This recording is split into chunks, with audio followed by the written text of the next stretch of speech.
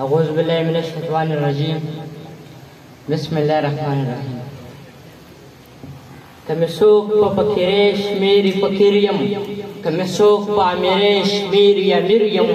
دلبر د صدقې د پاره غواړم داس نه چې په دنیا پسې ذخیریم خوشاله او دولتا مې غلامان دي زه رحمان په پښتو ژبه لنګریم. السلام علیکم ورحمت الله وبرکاته. ډېر محترم زموږ د لوی کور افغانستان نه راغلي مېلمه اجمل شاه صاحب ته دلته په راتګ خیرالې وایم او مخې ته مې ډېر محترم شاهد خان ناست دی او عباس حضرت او عزت الله لالا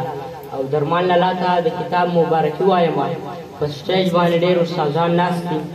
زه د هغوی په مخ کې سویل به ماته ګران شي. د امتیاز صاحب په اجازه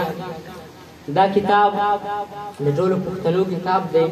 او ما په دې کتاب باندې تادیه ځکه وکړله چې دا اعزاز موږ پښتنو ته حاصل شي چې په کوم عمره کې کتاب چاپ کړی دی هغه هم دغه پښتنو چاپ کړی دی.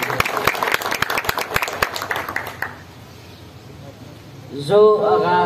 په افغانستان کابل کې زما د کتاب مخکتنه وه نو د وزیر صاحب چې زه به څه خبرې وکړم هغه کتاب په خپله خبرې کوي نو زه به څه خبرې وکړم یو نظم به درته ووایم د خبرو نه به راتېر شي. د غربت چغو په کوڅو کې راته ولې غاپې د غربت چغو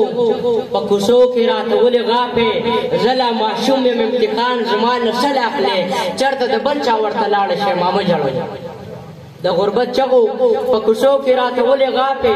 چېرته د بل چا ورته لاړه شي ما مه ژړوې. خلک پردي دي او که خپل دي اوس ما نه پېژني زما سره ښه بده نه کوي تعلق نه ساتي زما د کور مخې ته اوس لوی لوی واښه ولاړ دي.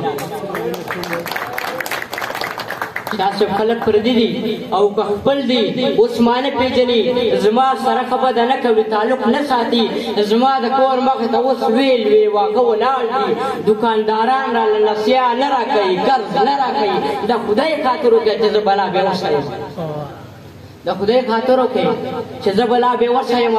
تاسو انسان په حیوان کې فرق نشئ کولی. د کتابونو انبارونو نه مو قیز نه کړو د مدرسو جوماتونو نه مو قیز نه کړو د افلاطون د فلسفو نه مو قیز نه کړو. ماشاءالله د کتابونو انبارونو نه مو قیز نه کړو د مدرسو او جوماتونو نه مو قیز نه کړو د افلاطون د فلسفو نه مو جوړ قیز نه کړو. زه نن بوجۍ په لاس کې ټول ښار کې کباب ټولوم چې تا غورځولي وي هغه روټۍ د ګن ټولوم په ډېرانو کې یاقوت او زمرد ونه وي. د غربت چغو په کوڅو کې راته ولې غاپې زه لا ماشوم یم امتحان زما نه سله په ډېرانو کې یاقوت او زمرد خو نه وي. د غربت چغو په کوڅو کې راته ولې غاپې زه لا ماشوم یم امتحان زما نه سله اخلې درمان لالا چېرته د بل چا ورته لاړه شي ما مه ژړوئ. هغه ورځ یاده ده او اوس هم راته یاده ده چې هغه ډېران چې زه ترې هر وخت روټۍ ټولوم په هغه یې ښه ډېر سپي ورغونډو چې ور ورسېدم زه ما بوجۍ زر زر د اوږې نه ښکته کېښودله ما سپي شړل خو سپو په غور او غوږ ځانه پرېښودم په ډېر کوشش او په تکلیف سره مې وشړل خو محبوب جانه زه حیران حیران حیران داسې یو سپی و شاسې داسې یو سپی و چې د دغه ځای نه نه پاسېدو هغه په خپو کې ونیولی یو وړوکی ماشوم دغه ماشوم به یا د یو او یا د دوه ورځو و محبوبه خدای خبر چې دغه ماشوم چا پرېښی و. د غربت چغو په کوڅو کښې راته ولې غاپې زه لا ماشوم یم امتحان زما نه سله اخلې چېرته د بل چا ورته لاړ شي.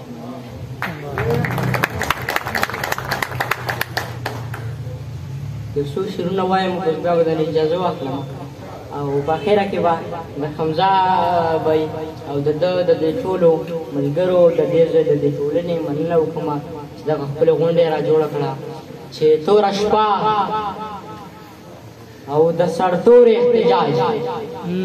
توره شپه او د سرتورې احتجاج چېرته ونه کړو سر زور احتجاج او همیشه د فایده غټ خلک اخلي چې چېرته د کمزور احتجاج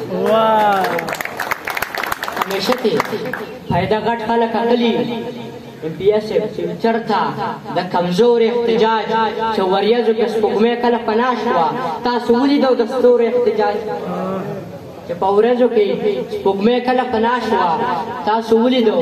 د ستورو احتجاج او ښکلي چپه خوله ولاړ دی غوږ نه کوي بیا محبوبه وکړو تورو احتجاج ډېره مننه